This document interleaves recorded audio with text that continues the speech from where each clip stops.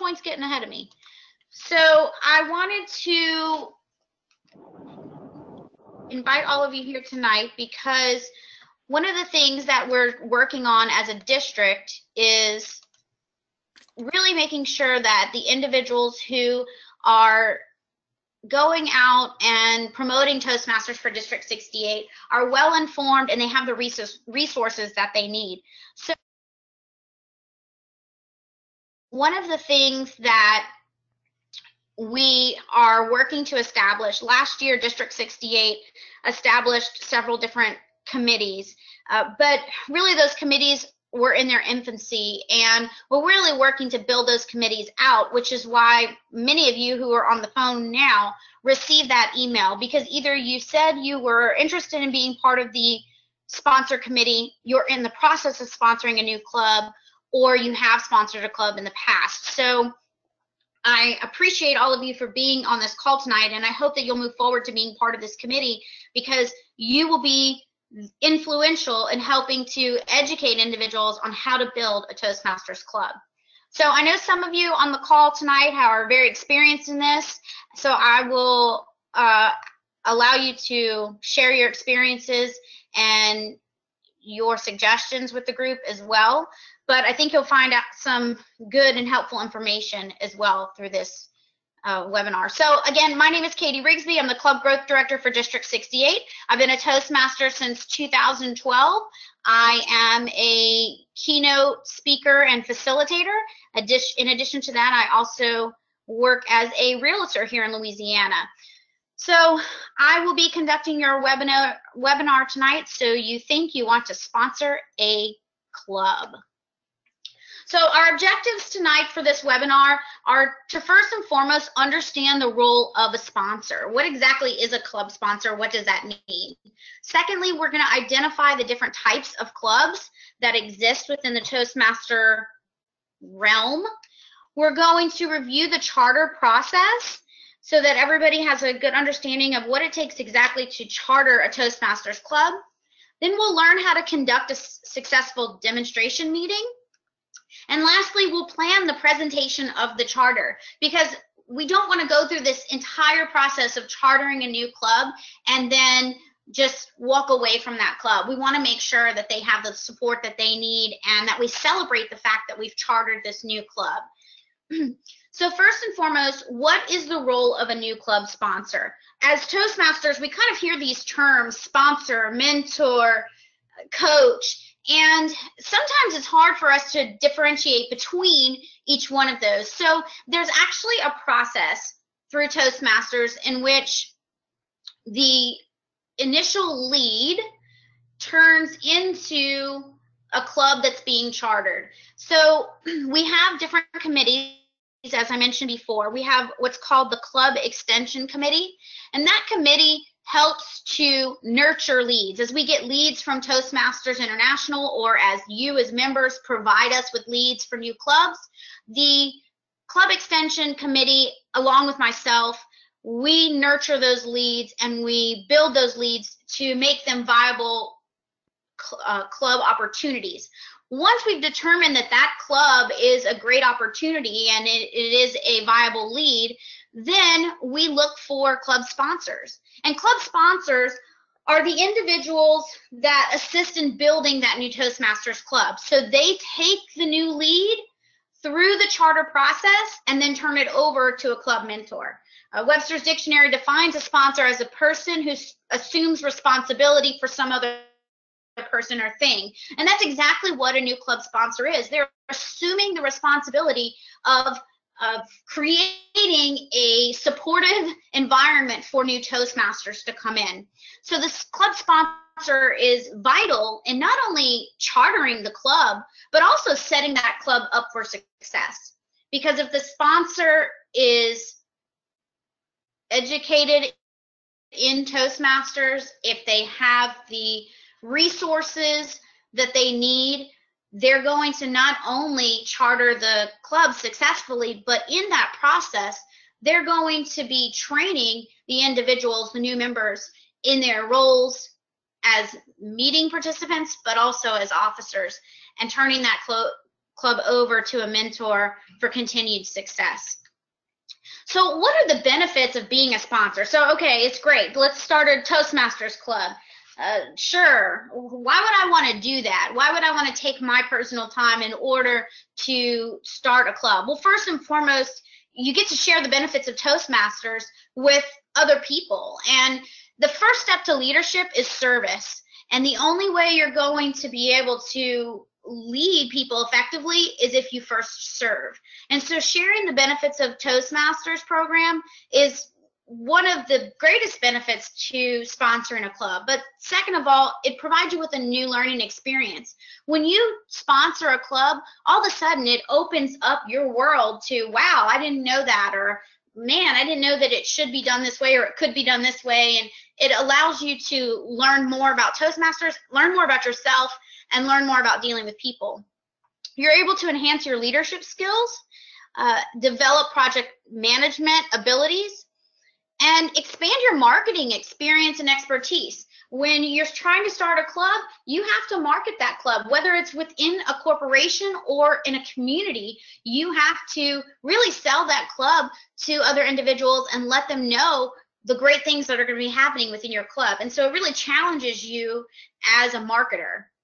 And then, of course, it helps you earn one of those credits towards your Advanced Leadership Silver Award. So for those of you who are looking to gain your DTM, this is one of the credits you're going to need. And by sponsoring a new club, you're going to have that credit, and you'll be one step closer to earning your Distinguished Toastmaster Award.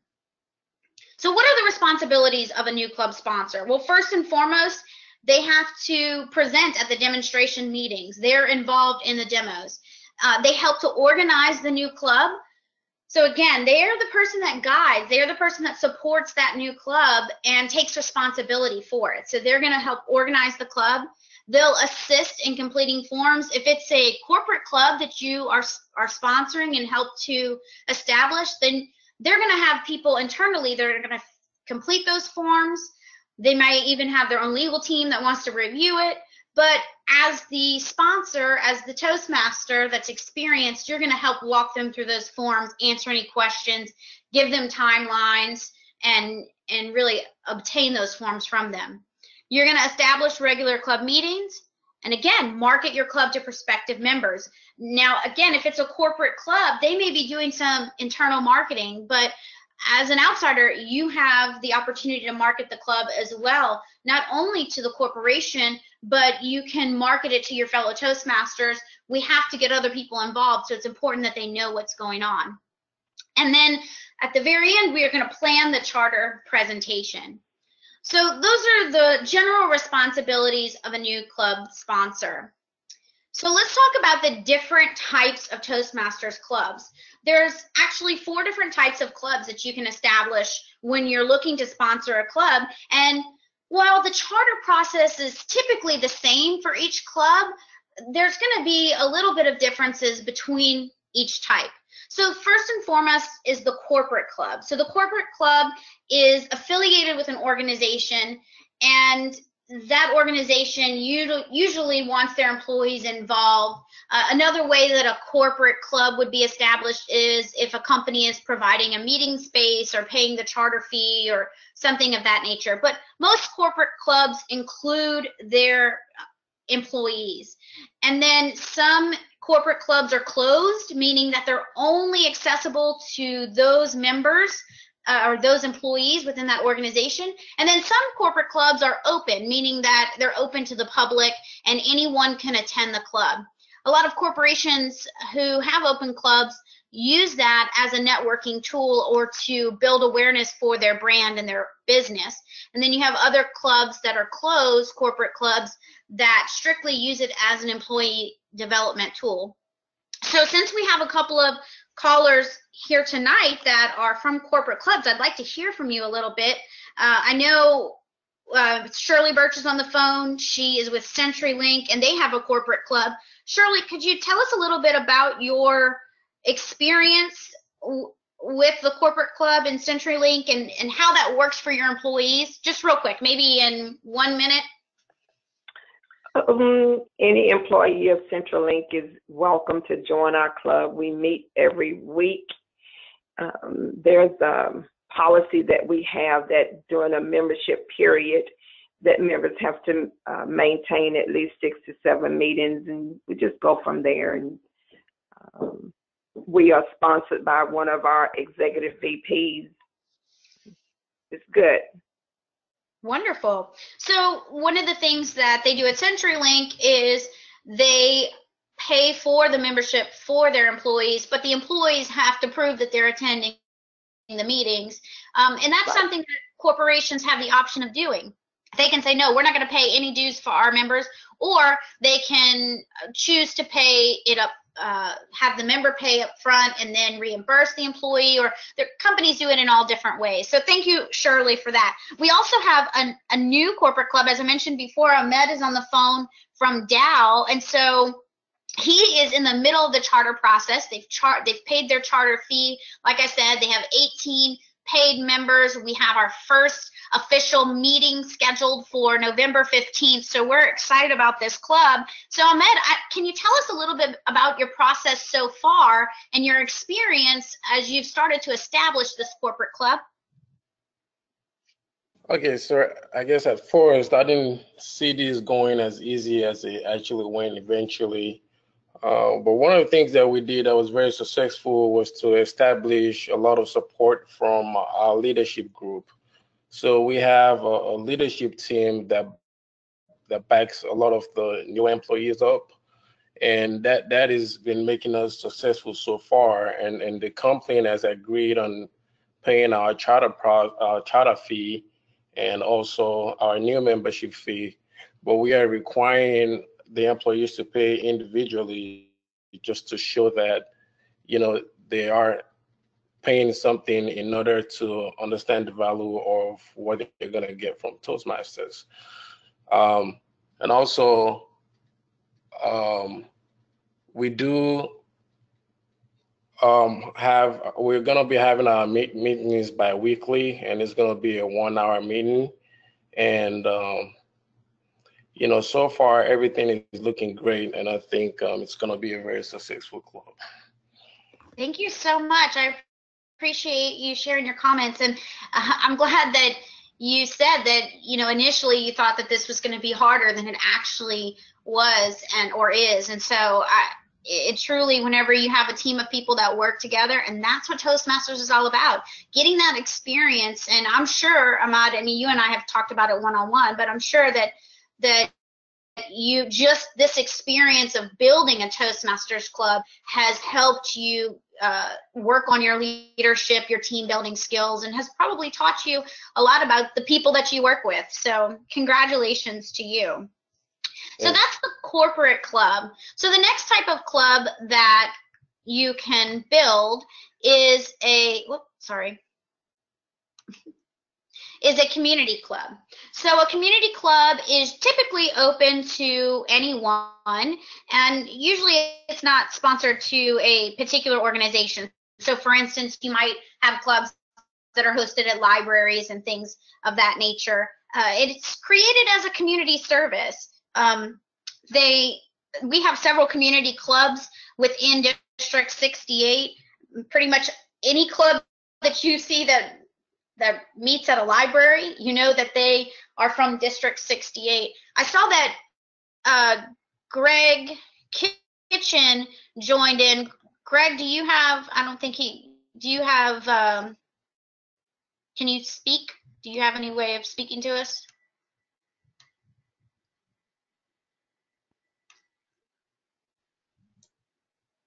Take that as a no. There I am. There you go. Can you hear me now? Yeah. So Greg, I know that you are a member of a couple of different clubs, and most of them are community clubs. I believe Kenner, Toastmasters, Business and Professionals. Can you tell us a little bit about the community clubs and what you think works really well about a community club, and maybe a challenge or two that you guys have? Maybe about 2 minutes. Sure. One of the biggest challenges, and it's probably true for most community clubs, is just maintaining membership and attracting new membership. So it's important to continue the marketing efforts, whatever's available, because you don't have an employer or a supervisor pretty much directing or encouraging employees to join the club and participate. So it's important for the members to try to invite guests personally.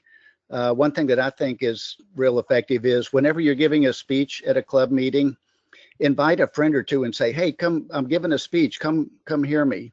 And that's always a way to get a visitor to come join.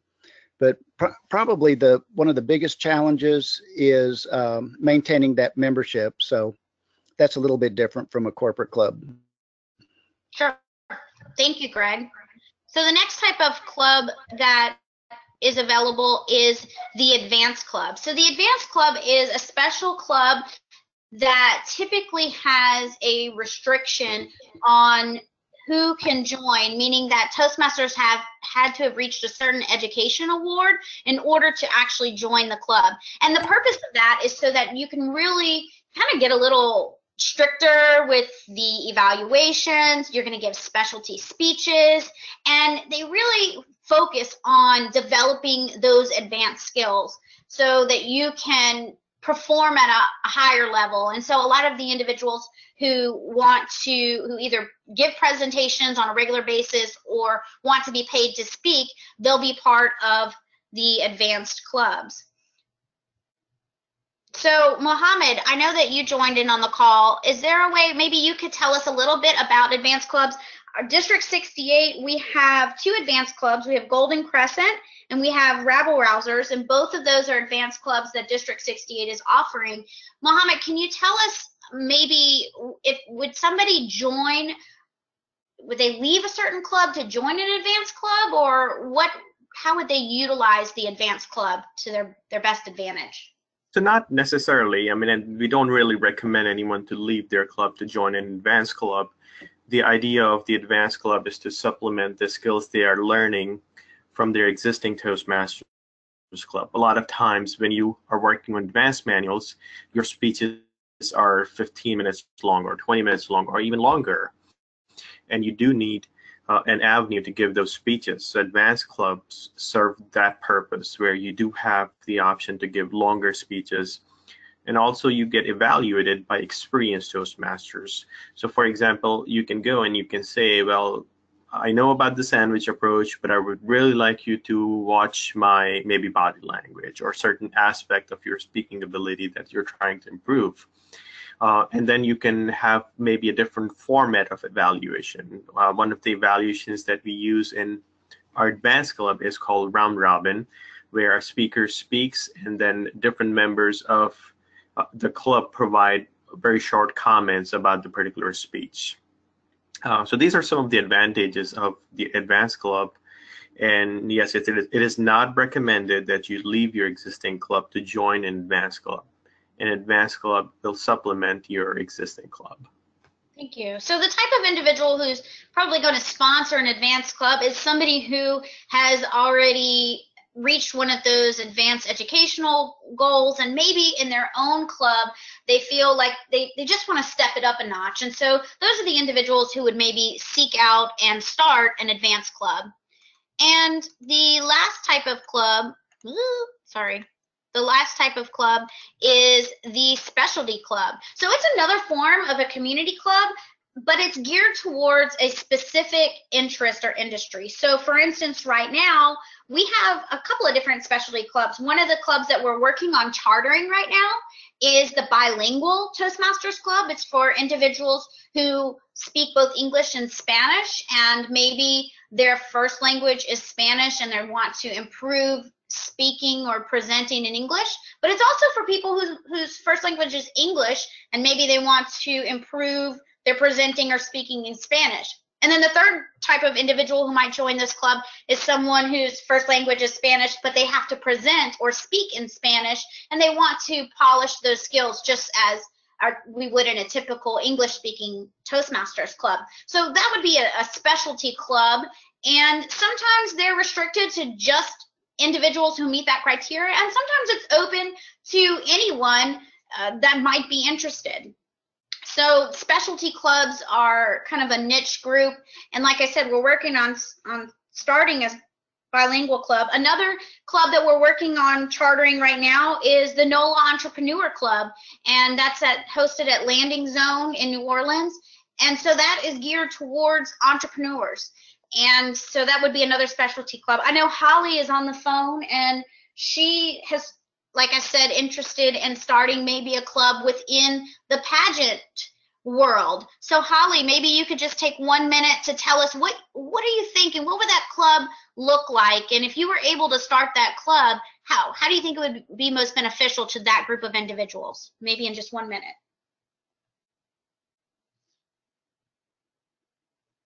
Hi, everyone.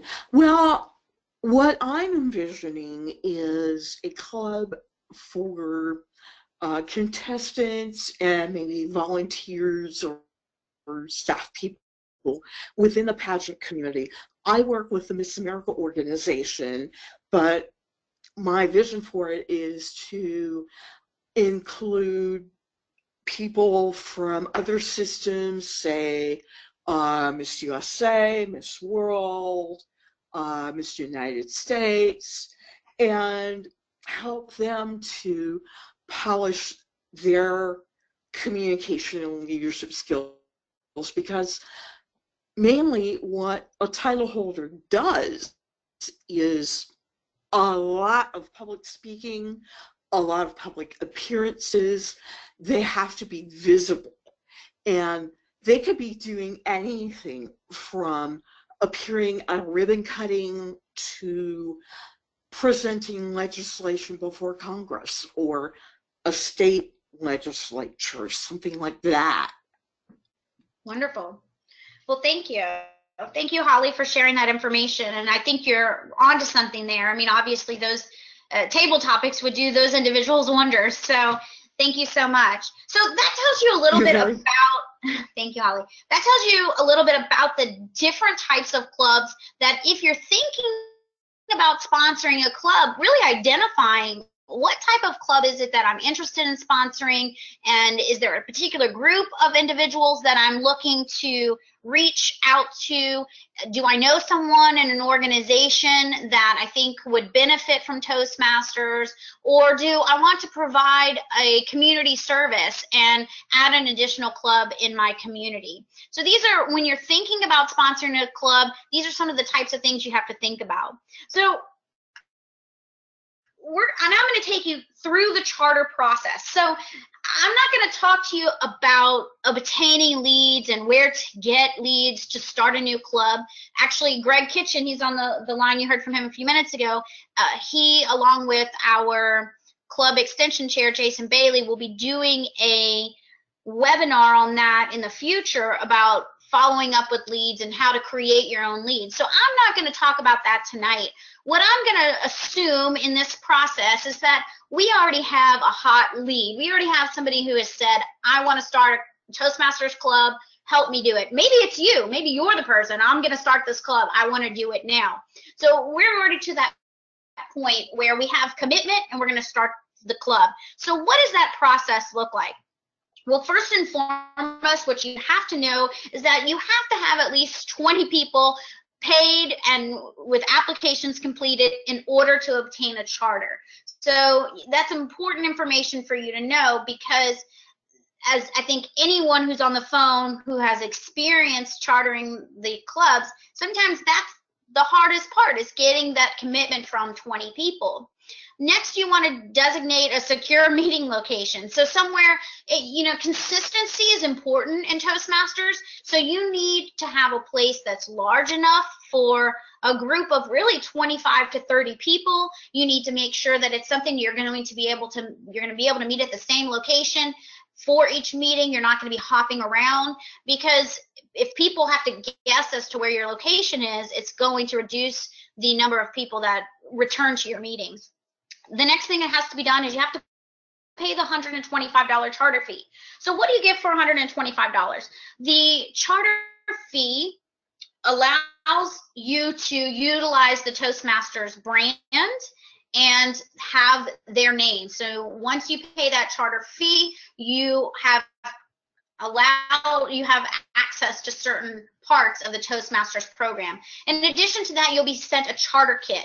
And in that charter kit, it will be all kinds of meeting supplies. You'll also get 20 new member kits that includes their competent communicator and competent leader manuals, along with some additional information about being a Toastmasters member. In that kit, you'll get a gavel, you'll get your timing cards, you get tons of Toastmasters magazines and some good promotional items and flyers and things. But one of the other things that's really important that comes in that box is your officer manuals. And so you'll have that information so you can start identifying those officers. So that's what you're going to get for the $125 charter fee. Then you have your one-time $20 membership fee and the $45 6-month membership dues. All of you on this call are familiar with that, so I'm not going to go into that. And then you can also have additional dues for the clubs. So a lot of community clubs will have this. You don't really see it so much in corporate clubs, but community clubs or specialty clubs might have this. For instance, if they have to pay for a meeting space, or if they have, whenever they get ready to buy meeting supplies, they may have additional monthly dues for their individual members so that they can cover those expenses.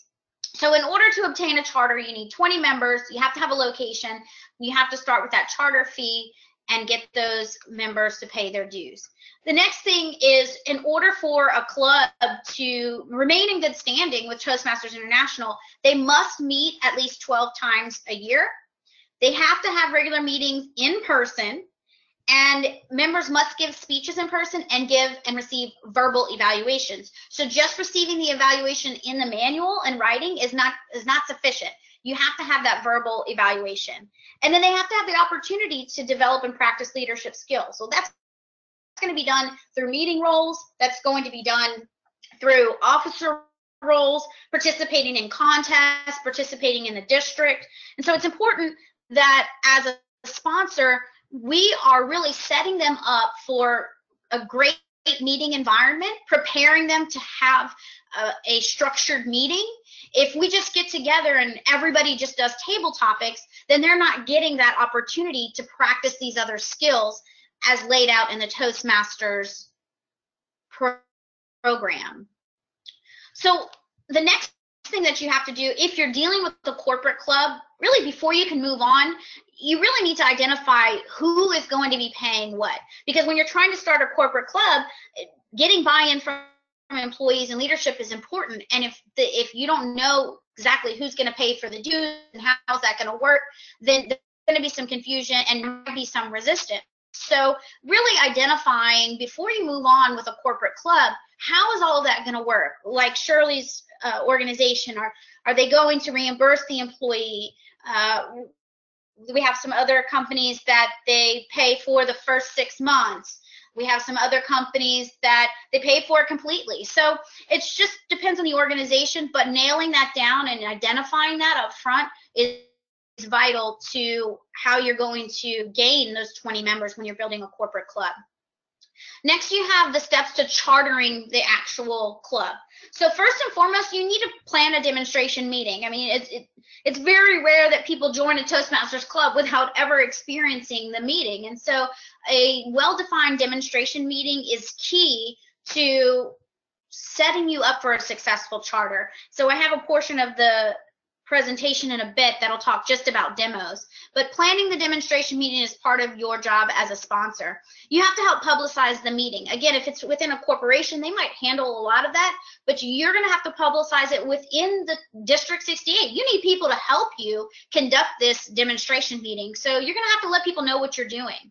You want to display posters and announcements and target specialized groups. I know one of the things that Ahmed did when he was trying to get people from Dow involved is he really went to those leadership groups, those key individuals who are already part of other programs where they're trying to better themselves, and he really focused on those people first before expanding his circle of influence.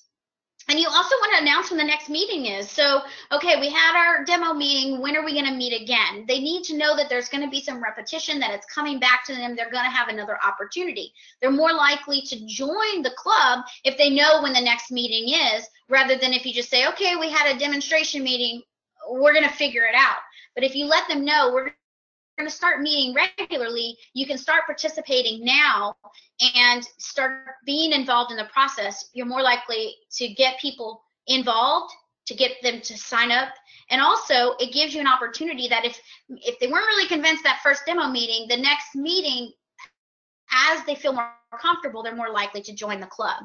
You want to select temporary officers, at least, if not the permanent officers, but you want to start getting those individuals in place to lead the club. And again, in that charter kit, you're going to get information for the officers. So you'll be able to start training them through that process. And the sooner the sponsor can work with those officers to start training them into their roles, the better off for the club. You want to follow up with reminders and notices about the meeting, not only about the upcoming meeting, but hey, I'm sorry you couldn't attend this meeting. It was really great. Here's what you missed. You want to make sure that you're collecting dues. So a signed application isn't sufficient. You have to get the dues with that as well, because in order to charter your club, you need 20 paid members. And so if we just send off applications to Toastmasters International that are completed and signed, it's not going to do us any good if their membership payments are not included with that. And then you want to pay the charter fee if it isn't previously been paid. And then at the end of the process, we want to recognize this club and really kind of throw a celebration for them of, way to go, you've chartered this club. So how do you handle payments? First of all, it depends on your club. If it is a corporate club, they may be handling all the payments, so there may not be any money to collect. They may just be getting commitment from everyone, and then they're going to write a check at the end. If you are getting payments from someone, you want to do one of two things. First of all, you want to designate a club officer to hold all the payments. And second of all, if it's a community club that's not within a corporation, you will want to create a separate bank account and either deposit those payments or find another club in the meantime that you can have hold those payments for you until your club is established and you can establish your own bank account. So you want to make sure that you're tracking those payments. If people are putting their credit card information on applications, you want to have that in a secure place. You don't want to just leave that stuff lying around. So somebody needs to respond for those payments. So in order to complete the charter process, there's actually 6 different forms that have to be filled out. First is your application to organize a Toastmasters club. And I want to kind of reassure everyone that these forms do not have to be filled out all at the same time and turned in. In fact, it's probably better for everyone within the process that you don't do that, because if you try to do all of the forms up front, people aren't knowledgeable enough about the system, and there might be a lot of things that have to change down the road. If you wait and do all of the forms at the end, first of all, it can become overwhelming on the person who has to complete the forms. But second of all, you are kind of doing yourself a disservice. Once you've determined that you want to start a Toastmasters club, I would get Form 1 in and pay that $125 charter fee so that you can get that charter kit. Because once you get that kit, you'll be able to actually, when people submit their payments to you, you'll be actually able to actually hand them their manuals. And so again, it's a reinforcement. They're excited about it. They're able to start looking through the materials. So really getting in Form 1 with that charter fee, it would be your first step. And then the next part is Form 2. That's the actual charter payments. And Form 3 is the actual applications for the individual members. So those will go in together as well. And then Charter Form 4 talks about the individual club officers. So as you identify those officers, that can be filled out and submitted as well. And then 5 and 6 can be submitted towards the end of the charter process. Once all 6 of those forms are completed, submitted, and all payments have been received by Toastmasters International, you've chartered the club. This checklist goes along with those forms. It's a really great way of keeping track of what has been done. One of the things that I do when I sit down with someone to charter a club is I like to go through this form and try to put dates by each one so we can create a timeline, and we both have an expectation of when the club would be chartered. But one of the most important things for all of you who are currently sponsoring or will be sponsoring new clubs are these meeting outlines. These meeting outlines can be found in the back of the Starting from Scratch How to Sponsor New Clubs handbook. And I'll give you information on that resource, but what this does is it gives you an outline for the first 6 meetings that you're conducting. And as a new club sponsor, what should you be going over in those meetings? What should the members be participating in? What should the Toastmasters that have experience from the district, what should they be doing? And so this really provides you with an excellent outline for the first 6 meetings of how you can best service the club and set them up for success. So if you are currently sponsoring a club or you planning to sponsor a club, I highly recommend you get these 6 documents, read through them, and utilize them when you're planning your meetings. Last is going to be the resources that you're going to need. So there's how to start, starting from scratch, how to sponsor a new club. As a new club sponsor, you'll have access to that. And then there's how to build a Toastmasters club. That's something that you'll want to, and that's a document you can actually share with the individuals. If you're working with a corporation, you'll share that document with them, and you'll want them to know what the process is. All of these resources, I'm not going to read all these resources because this webinar is recorded. You can go back and watch this at a later time, pause it, write all these things down. But these are the resources that the basic resources you're going to need to sponsor a Toastmasters club. So I've mentioned a lot of different things, and we've talked about a lot of different things that a sponsor does. But I think one of the most important things to remind you is that when you're sponsoring a Toastmasters club, a club can have up to 2 sponsors. And so you don't have to do it by yourself.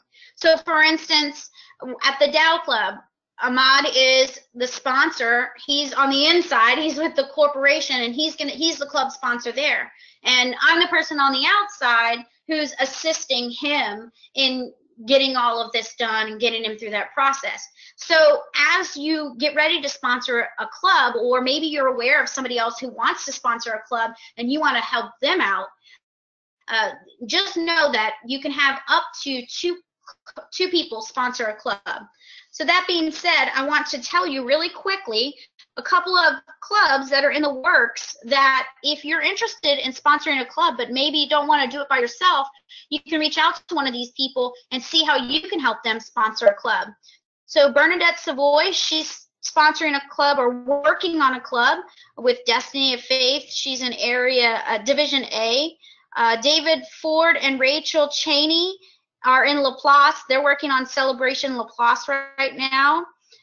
LSU club, Dirk Benedict, he needs some help with that club.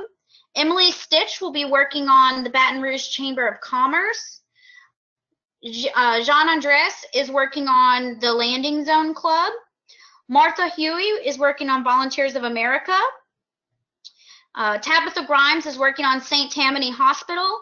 And Tammy Freeman is working on the Baton Rouge Women's Center. So, and I'm sure that there's more out there. Hopefully I haven't missed any, but these are all opportunities. If you're looking for an opportunity to sponsor a club, these are clubs that are already in the works that you could jump in on and help support these individuals. Also, we have the new club sponsor committee. So they will be reaching out to all of our club sponsors and providing a support system for you. Myself, Katie Rigsby, as the club growth director, Mohammed Qayyum, our district director, and then the club mentors. Each club is assigned 2 mentors, and so they're going to be a support system. They're going to start working with you as sponsors so that the club is set up for success, and when you're handing it off, they are aware of what's going on. Also, you have your area and division directors that will also be involved. They'll help with demonstration meetings. They'll be a resource for you to answer questions. So when you're building a new club, you're not building it alone. You have a wealth of people who want to support and help you, and there's plenty of opportunity to get involved. So next is you want to conduct a successful demo meeting. So one of the biggest parts to chartering a club is now you've built this enthusiasm. You have someone excited. Yes, I want to start a club. I want to do it. But now you have to get 20 other people who are just as excited and invested in it. And so that's your opportunity. The demonstration meeting is your opportunity to build that excitement and get people involved. So first and foremost, a demonstration team is going to be, you're going to have a Toastmaster, your timer, your all counter, general evaluator, speaker, and table topics master. So you want to make sure that you have a different experienced Toastmaster in each one of those roles. And it's important that when you're putting together this demonstration meeting, that not only do you consciously think about the individuals you're bringing and the location you're bringing them to, but also that you come prepared with all of the necessary supplies. So you want to have a prepared agenda. You want to bring educational manuals. You want the individuals that you're presenting to know that you're prepared, to know what the structure is going to be, and to have valuable information at their fingertips. You want a club or district banner. You want to bring the American flag. You want to bring your lectern and gavel. And then, of course, you want to bring Toastmasters brochures and applications for individuals to fill out. Before the meeting starts, you want to choose 8 or more Toastmasters to help you conduct that meeting. Again, you saw a list of 7 roles that you need filled, but you want to bring at least 8 people because you want to call on an experienced Toastmaster during table topics. Plus, you want to have a buffer in case something happens and someone cannot show up. So you want at least 8 people involved in your demo meeting. If you can go with 10, that would probably be ideal. Want to make sure that you think about the audience you're speaking to and that the people you're bringing for the demonstration meeting are going to mirror those individuals. You want to pick a speaker who's going to be relatable to the audience. And if you're forming a corporate club, you want to invite representatives and decision makers from that organization. You want to have the people in the room who are going to make the most influence and decide, yes, we're going to move forward, or no, we're not. And then if you have a community club, invite a community member, someone who is known in the public, to be a guest at your meeting. You want to make sure that during those meetings you explain the meeting roles. Be sure to review the educational program and keep the meeting short. Don't go over any time because that's important. You want people to know that as Toastmasters, we are going to respect their time. Include table topics. It's very important. That's a portion of the meeting in which you can involve the participants, so you want to include them in table topics. You want to ask them to share their success stories at the end of the meeting. You want to ask or introduce, if you already have club sponsors or mentors picked out, you want them to be at that demonstration meeting. You want to introduce them along with any area division directors or district dignitaries. And then announce the date and time of the next meeting. And then do a Q&A at the end. So after the meeting, you want to make sure that you are making people aware of what it's going to cost to be a member, and you're collecting payments along with applications. Don't wait to follow up. Try to get as many applications that day when you have enthusiasm and excitement. So once you've gone through the charter process, all of the forms have been turned in, all of the fees have been paid, you have your 20 members, you have now chartered your club. What next? Well, you don't want to just go away. No, you want to celebrate that charter. And so you want to make it a grand event. You're going to present the official charter to the club. You're going to recognize all of the charter members, introduce the club mentors. If there's a banner that they're getting, you can deliver that. If they are issuing pins to their members, you can do that. And you want to thank those individuals who are instrumental in starting the club. Next, you want to make it a party. So you want to invite special guests, prepare a program. Make sure that you also include a Toastmasters meeting in this celebration so that people who are there who aren't part of the club can see how a meeting works and hopefully take part in the future and possibly join the club. Offer refreshments and make sure you reach out to local media and let them know, hey, this is what's going on. We've chartered a club and we've got something amazing going on within our organization or in our community, and everyone should know about it. So you really want to go big on that charter celebration. You have worked hard as a club sponsor. the members have worked hard to create this club, and you really want to do just a new club kickoff. So make it a celebration. And then you're going to hand off the club to the mentors. So just like there's 2 club sponsors, you have 2 club mentors. So the club will not be left alone. The club will have 2 mentors that are assigned to them that will work with them for the next 6 months to help answer any questions and help ensure that they are set up for success. So you want to make sure you are aware of who those mentors are and that you have been working to inform them on the current status of the club. So with that, we have about 5 minutes left, and I want to open the floor up for questions, comments, suggestions, ideas. Does anybody have anything?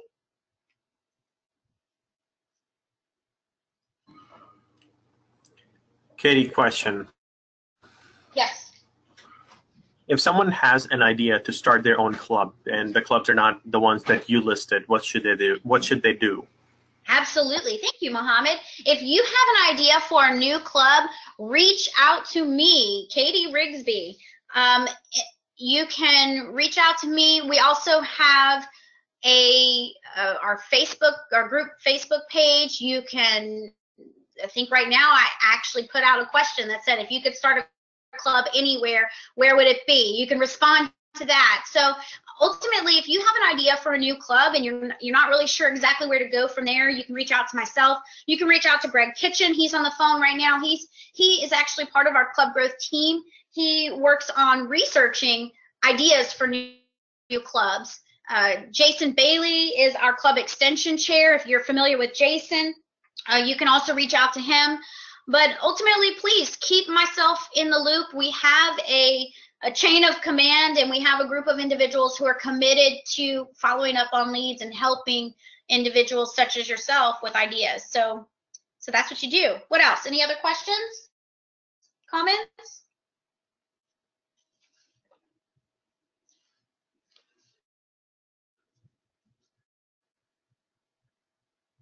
Hi, everyone. I just wanted to thank Katie for a great presentation and for involving me. I'm looking very much forward to getting to know the contestants in the pageant community and helping them to sharpen their communication leadership skills. It's a great challenge, a great adventure, and I am looking forward to it. Thank you, Holly. And I listed those resources there. If anybody wants to go back and watch the webinar, you can. You could also shoot me an email. I'll be happy to send you the resources that I have. And let me just say, I know LaVersa, Joelle, and Emily were all on the call tonight. Thank you so much. I didn't call on you because it didn't seem like you had audio where you could talk, so I didn't want you to feel left out, but I appreciate you being here. Congratulations on a job well done, and please continue to sponsor clubs, look for opportunities for new clubs, and please consider me a resource and District 68 a resource. If nobody else has any other questions, comments, or ideas, then we'll go ahead and close off the call. Going once, going twice. All right, guys, thank you so much for being here, sharing your evening with us, and I look forward to another webinar Wednesday. Have a good night.